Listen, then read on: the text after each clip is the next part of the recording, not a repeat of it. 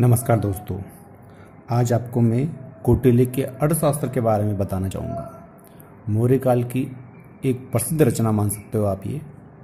देखिए, सबसे पहले बात करते हैं नाम। पुस्तक का नाम है साहब अर्थशास्त्र। इससे आप क्या अभिप्राय निकालोगे भाई, ये पुस्तक अर्थशास्त्र से संबंधित है? नहीं, इस पुस्तक की विषय वस्तु है राजनीति। क्या है? राजनीति। तो फिर साहब इसका नाम अर्थशास्त्र क्यों रखा? ये आपके जहन में एक प्रश्न आता है, साहब इसका नाम अर्थशास्त्र क्यों रखा? विषय वस्तु की राजनीति है तो नाम अर्थशास्त्र क्यों रखा? देखिए, प्राचीन समय में जो अर्थशास्त्र था ये व्यापक अर्थ में था।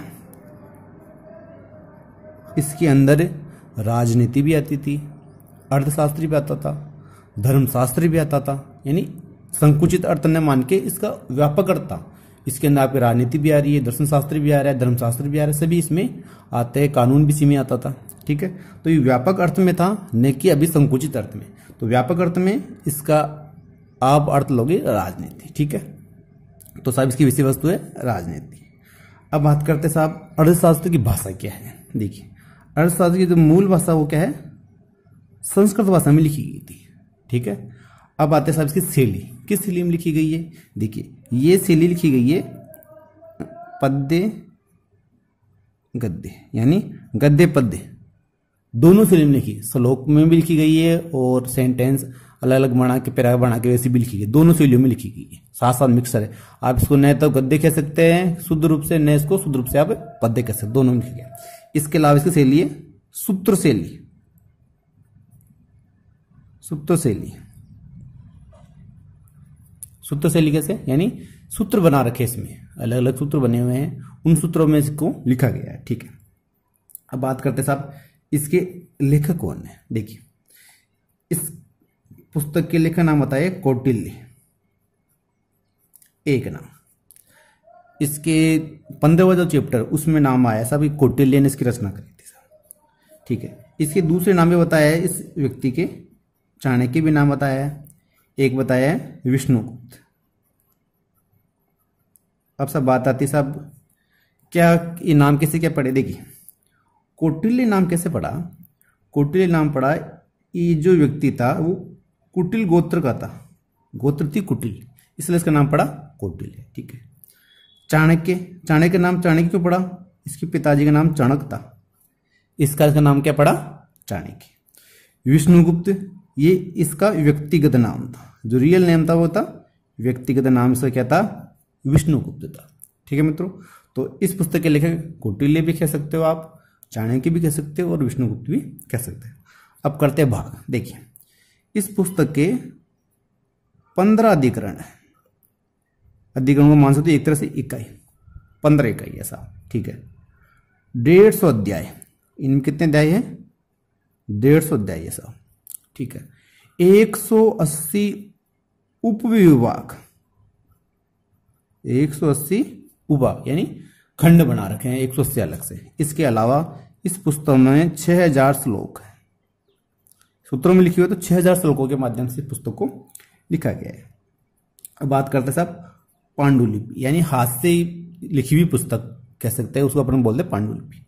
तो ये पांडुलिपि किसको मिली? जो कहा जाता है 1905, कहीं कहीं 4 भी दे रखा है, लेकिन ऑथेंटिक किताबों में 5 है। कि साहब एक ब्राह्मण थे, वो कहाँ के थे? तंजौर के ब्राह्मण थे। अब कैसे याद करोगे? यानी किसी के पास एक पुरानी किताब पड़ी थी भाई, एक ब्राह्मण महाशय थे, उनके पास एक पुरानी किताब पड़ी थी। तो अपन पुरानी किताब क्या करते हैं, या तो उसको जलाएंगे या फिर उसको रद्दी में देंगे। ठीक है, तो साहब ये भट्टी में जलाने जा रहे हैं, तो किसी ने बोला भाई जला क्यों रहे हो, उसको किसी को दे दो यार, कि पुस्तकालय में जमा करा दो, कोई पढ़ेगा तो काम ही आएगा। ठीक है, तो उन्होंने बोला मैं शाम को वो पुस्तक पुस्तकालय में दे दूंगा साहब। तो वहीं से इनके लेखक का, जिसको ब्राह्मण के पास एक किताब मिली है, उसका भी नाम इस सेंटेंस में जुड़ा हुआ है। देखो कैसे।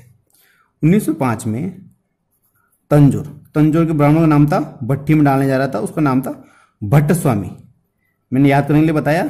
ठीक है, ब्राह्मण था भट्ट स्वामी, याद कर लेना। यानी भट्टी में डालने वाला जा रहा था तो भट्ट स्वामी याद हो गया। ठीक है, इसने क्या हुआ, इस पुस्तक को मैसूर के पुस्तकालयाध्यक्ष यानी मैसूर रियासत का जो पुस्तक राजकीय पुस्तकालय अध्यक्ष था, उसके पुस्तकालय का नाम था श्याम शास्त्री। क्या नाम था? श्याम शास्त्री। मैंने बोला शाम को देने जा रहा हूं, तो शाम ने श्याम शास्त्री याद कर लेना उसको। ये अर्थशास्त्र की जो पांडुलिपि मिली थी, पहली पांडुलिपि, वो लिखित पुस्तक थी। जो मूल इसका जो क्या कहता है पुस्तक है, वो तो लुप्त हो चुकी है, ठीक है, लेकिन किसी ने उस पुस्तक की नकल करी थी। वो एक पांडुलिपि, पहली पांडुलिपि मिली 1905 के अंदर, भट्ट स्वामी नाम के ब्राह्मण के पास थी। वो उसने पुस्तकालय अध्यक्ष श्याम शास्त्री को देता है, ठीक है। अब साहब जो ये श्याम शास्त्री जी ये बहुत अच्छा काम करते हैं। ये 1905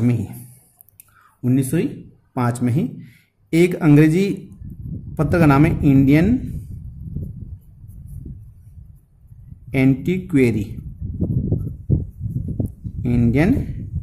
एंटीक्वेरी नामक एक पत्र है, उसमें प्रकाशित करवाते साहब पहली बार, ठीक है।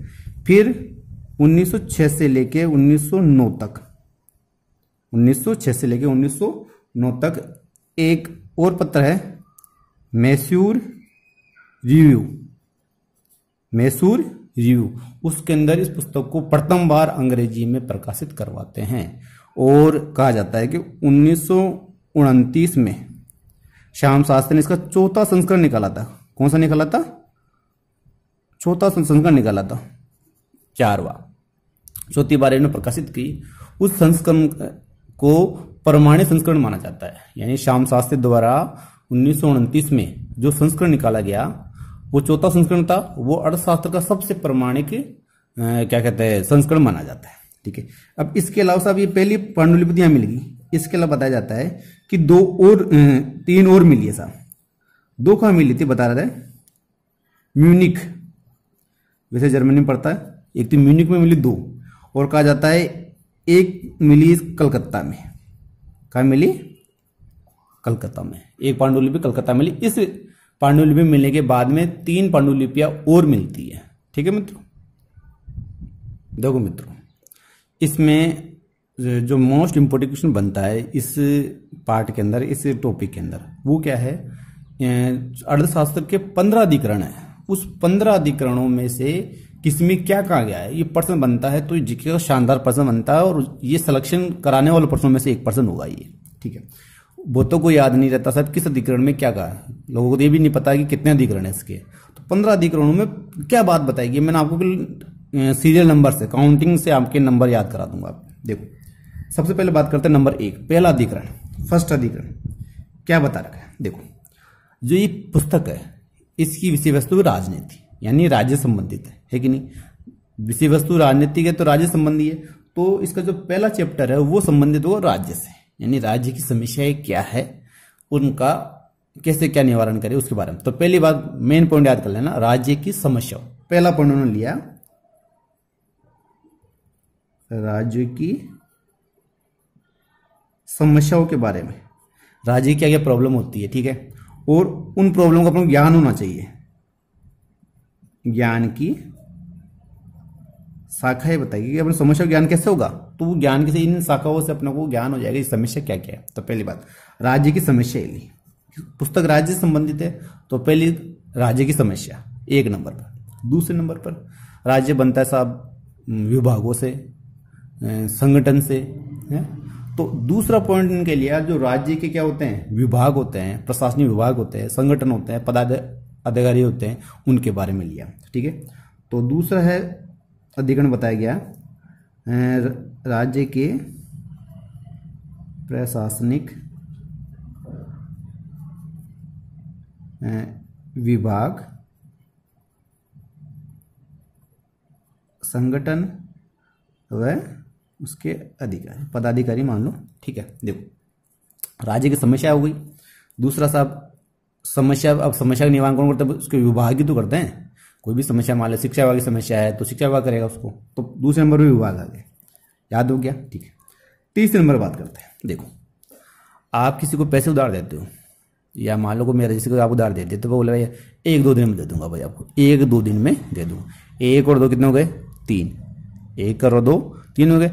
तीसरे में पैसे के मामलों के, जो अगर ऐसे मामलों के बारे में बताया गया है कि राज्यों नियम कैसे बनाने चाहिए, पैसे के, मान लो कोई किसी का पैसा लेके भग गया है और कुछ हो गया, उस संबंधी मामले न्याय प्रणाली बारे बताया गया है। तो साहब इसमें आएंगे तीसरे में दीवानी मामलों के न्याय के बारे में बताया गया है। देखो 1 और 2 दिन में दे दूंगा, 1 और 2 और 3 हो गए साहब, यानी पेश टंगे संबंधी मामले यानी दीवानी मामलों की न्याय प्रणाली के बारे में बताया गया। ठीक है, फिर आता है नंबर 4, जहाँ 4 आदमी इकट्ठे होते हैं वहाँ लड़ाई हो सकती है। हो सकती एक अपन कहते हैं नॉर्मली बात है साहब, 4 आदमी इकट्ठे होंगे या 4 बर्तन ऐसे होंगे तो बजेंगे भी सही। ठीक है, तो 4 का याद कर लेना, फौजदारी मामले, फौजदारी यानी मारपीट के मामले हो गए, मामलों के न्याय के बारे में बता रखा है। क्लियर। अब आता है 5। देखो कोई भी राज्य होता है उसकी रीढ़ होते उसके कर्मचारी, उसकी ताकत होते राज्य की। ठीक है, जैसे पुलिस फोर्स होगी तो उसके कर्मचारी है, एक तरह से वो ताकत राज्य की। जैसे मान लो अपना ये 5 अंगुलियां खुली है, जब बंद हो जाएगी साहब तो मुट्ठी बनी ताकत बनती है। तो ऐसे राज्य की ताकत कौन है? उसके कर्मचारी।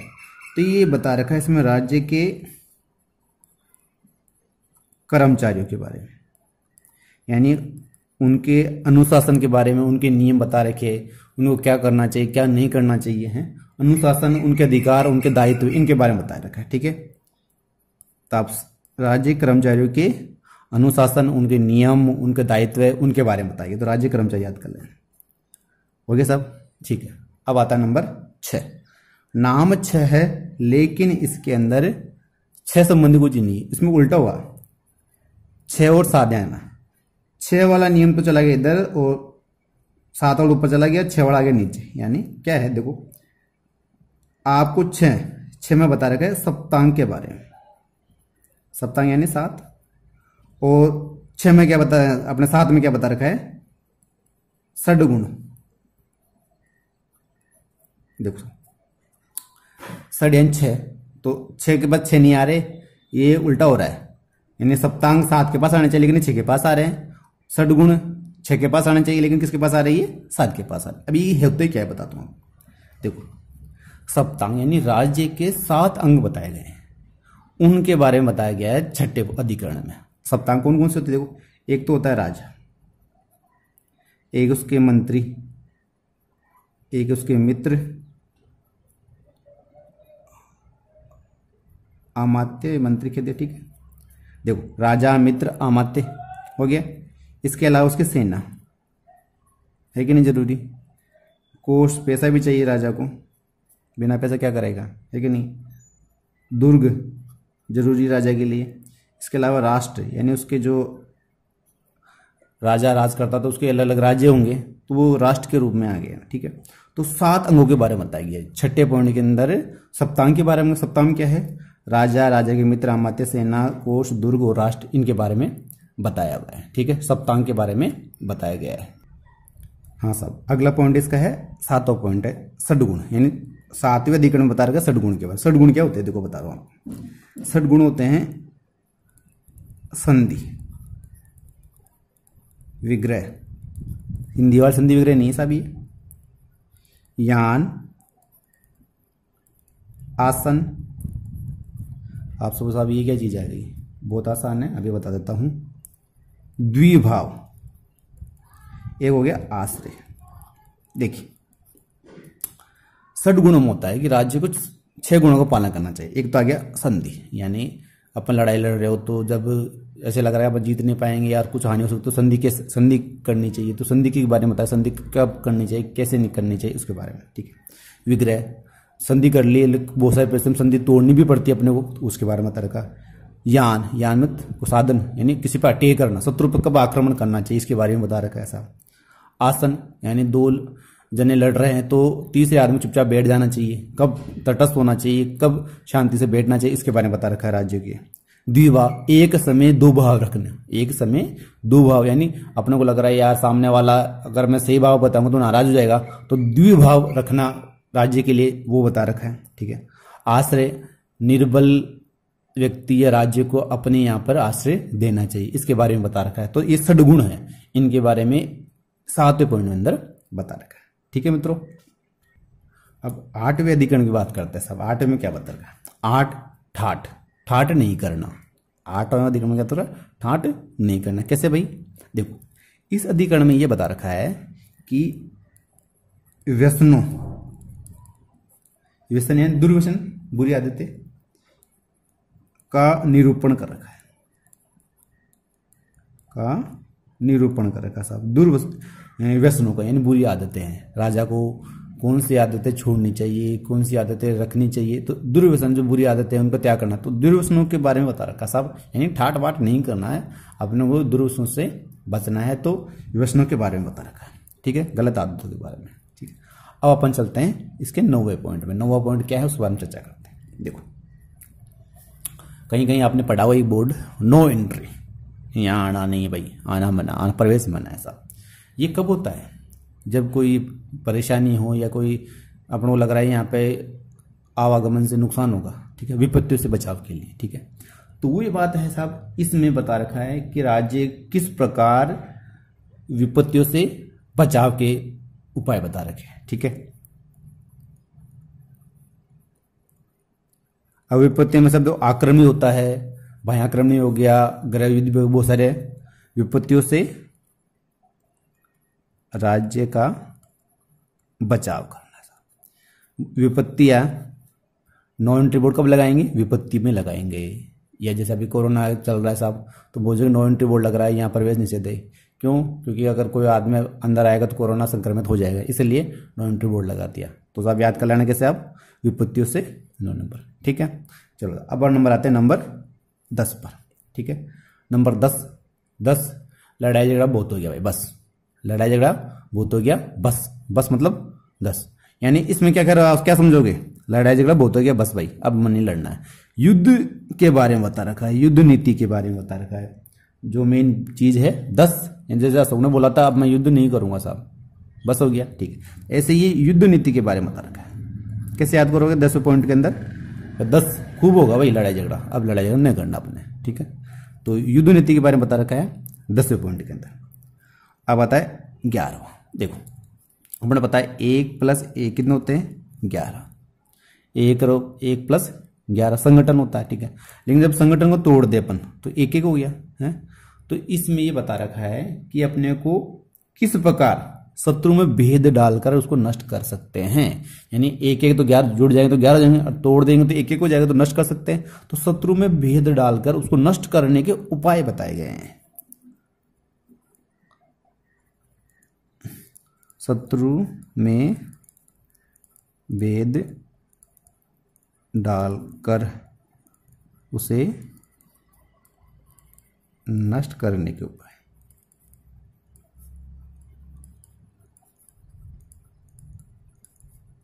ठीक है मित्रों, हो गया। चलो साहब अपन आते हैं 12वें पॉइंट में। देखो जब भी किसी राज्य पर कोई आक्रमण कर देता है, ठीक है, तो वो बेचारा वहाँ का राजा क्या करेगा, बाहर डालेगा, चिल्लाएगा, करेगा साहब मुझे तो मार दिया, मुझे लूट लिया, ऐसा कुछ वो बोलेगा, ठीक है। तो अब ऐसे मामलों में जब इस पर बाहर न गाले या वो उसको रोना न आए, तो उसके लिए क्या उपाय करने चाहिए उसके बारे में बता रहा है, रक्षा उपायों के बारे में। रक्षा उपायों के बारे में, यानी राज्य किस प्रकार अपने यहाँ पर रक्षा उपाय अपना सकता है, ठीक है। यानी राज्य द्वारा अपनाए जाने वाले रक्षा उपाय, मतलब राजा को बाहर न गालनी पड़े, इसीलिए उसको रक्षा उपाय अपनाने चाहिए। तो इसमें किसमें बता रखा है, रक्षा उपायों के बारे में बता रखा है, ठीक है। चलो साहब अब आ गया 13वां अधिकरण। 13वां, मैं 13 दुर्ग लूंगा, याद करना, मैं 13 नंबर। इसमें क्या बता रखा है, दुर्ग नीति बता रखी है। क्या बता रखी है, दुर्ग प्राप्ति की उपाय बता रखे हैं। दुर्ग प्राप्ति के उपाय, यानी मैं 13 दुर्ग लूंगा, 13 दूसरे का लेंगे, तो कैसे प्राप्त करना जाना, इसके बारे में उपाय बता रखे 13वें के अंदर। आए मित्रों, ठीक है। अब आ गया 14 नंबर। तो यहां तक मैंने कुछ न कुछ नंबर से आप कुछ जोड़ के बताया था कि आप याद कर सकूं। 14, आजकल कोरोना वायरस चल रहा था, आपने 14 दिन का क्वारंटाइन सुना होगा या होम आइसोलेशन सुना होगा साहब, ठीक है। क्यों रखते हैं, कोरोना वायरस ज़्यादा फैले नहीं, उसकी रोकथाम के लिए ये उपाय अपन करते हैं, ठीक है। तो इसमें बता रखा है कि शत्रु के नाश के लिए विषैली औषधियों को प्रयोग किस प्रकार किया जाए, ये बता रखा है। यानी कोरोना जैसे वायरस का प्रयोग कैसे कर सकते हैं, मान के चलो, ये इसमें बता रखा है। ठीक है, 14वें पॉइंट के अंदर ये बता रखा है कि शत्रु के नाश के लिए विषैली औषधियों या मंत्रों को प्रयोग कैसे क्या करना है। ठीक है, शत्रु के नाश हेतु विषैली औषधियों मंत्रों का प्रयोग, यानी विषैली औषधि याद कर लेना। 14 दिन का क्वारंटाइन करता है, नहीं करते अपन। ठीक है, होम आइसोलेशन कोरोना वायरस के अंदर। तो 14 यानी विषैली औषधियों के बारे में। ठीक है, कोरोना वायरस भी फैलाई है, याद हो गया। चलिए साहब 15वां, ये है साहब 15वां। इसके अंदर इस किताब में बहुत सारी चीजें या कठिन वर्ड आए हैं, उनके बारे में बता रखा है। परिभाषिक है, पारिभाषिक, यानी इसमें लेखक का नाम भी बता रखा है यहाँ पर कि साहब इसमें बताया कि नंद वंश के नाश के लिए, किसके लिए, नंद वंश के नाश हेतु।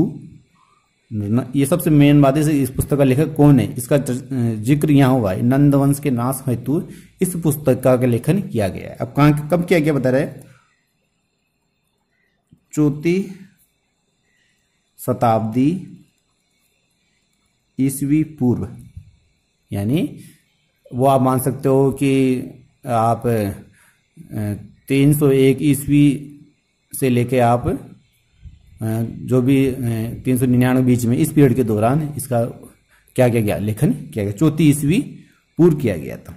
ठीक साहब, अब एक बात इसमें यह आती है साहब, कौन है जो चाणक्य को इस पुस्तक का लेखक नहीं मानते साहब। जो वो 2 विद्वान हैं जो उसको नहीं मानते मुख्य रूप से। एक तो पंतजलि, इसने पुस्तक लिखी थी महाभाष्य। एक तो साहब ये भी नहीं मानते कि साहब इस पुस्तक के लेखक चाणक्य ने लिखी साहब। अब क्यों नहीं मानते बताऊंगा आपको। दूसरे है मेगस्थनीज, ये भी साहब नहीं मानता से इसने लिखे थे। कैसे बता रहा हूं, इसने बोला नहीं, बता रहा हूं कैसे। पहली बात कि ये पुस्तक मौर्य काल में लिखी गई, लेकिन कहीं पे भी मौर्य वंश या पाटलिपुत्र का वर्णन नहीं किया गया साहब इस पुस्तक में। पहली बात, सब बहुत बड़ी कमी है इसमें। इसके अलावा मेगस ने खुद ने भी यहाँ पर 5 साल ये पाटलिपुत्र रुका था, इसने भी अर्थशास्त्र या चाणक्य के बारे में नहीं लिखा, खुद ने भी नहीं लिखा। तीसरी बात आती है साहब, मेगस्थनीज और चाणक्य के विचारों में मतभेद। कैसे, जैसे मेगस्थनी बोलता है कि भारत में साहब दास प्रथा नहीं थी, चाणक्य तो भारत में दास प्रथा थी, 9 प्रकार के दास होते थे साहब, ये विरोधाभास हो गया। ठीक है, मेगस्थनी बोला है कि साहब भारतीयों को धातु विज्ञान ज्ञान नहीं था, चाणक्य को ज्ञान था, 5 धातुओं को उनको ज्ञान था। ठीक है, तो दोनों के तथ्य टकरा रहे हैं आपस में। ये कारण, ये भी इसके मानते साहब, इस कारण भी इसको अपन कि चाणक्य इसका लेखक नहीं था, ये लोग मानते। इन्होंने जो तर्क दिए इससे संबंधित दिए गए। ठीक है, लेकिन इस पुस्तक के लेखक जो और विद्वान हैं, जैसे अपना है बाणभट्ट। ठीक है, अपने पंचतंत्र पुस्तक है, विष्णु शर्मा लिखी हुई है पंचतंत्र। ठीक है, दंडी इनने पुस्तक लिखी है, विशाखदत्त की मुद्रा राक्षस, इन लोगों ने, और वायु पुराण, अपने जो वायु पुराण है। ऐसी बहुत सारी पुस्तकें हैं जिनमें चाणक्य का जिक्र किया गया है, अर्थशास्त्र की रचना इन्होंने की है, ये बात बताई गई है। इसलिए चाणक्य ही अर्थशास्त्र के रचयिता थे, ये बात क्लियर होती है। दोस्तों आशा करता हूँ मैंने आपको जो बताया होगा, कुछ न कुछ, देखो इतिहास है, फैक्ट है, वो तो अपन को याद करने पड़ते हैं। फैक्ट को समझाने वाली चीज़ नहीं होती। जैसे एक फैक्ट बताता हूँ आपको उदाहरण के तौर पे कि अकबर की मृत्यु 1605 में हुई थी। अब इसको मैं क्या समझाऊंगा, कोई भी समझाने वाली चीज़ नहीं है साहब, लेकिन इसको मैं इस फैक्ट को आपको याद करा सकता हूँ। कैसे, 1605 अकबर का लगी आंच। अपन किसी ने कुछ ऐसे जोड़ा कि कुछ सेंटेंस जोड़ा कि अपने को याद हुआ, मजा आया, कैसे इसे याद करना है। तो आपको कुछ ना कुछ इतिहास से इतिहास को जोड़ के आपको मैं याद कराने की कोशिश करूंगा। धन्यवाद, थैंक यू।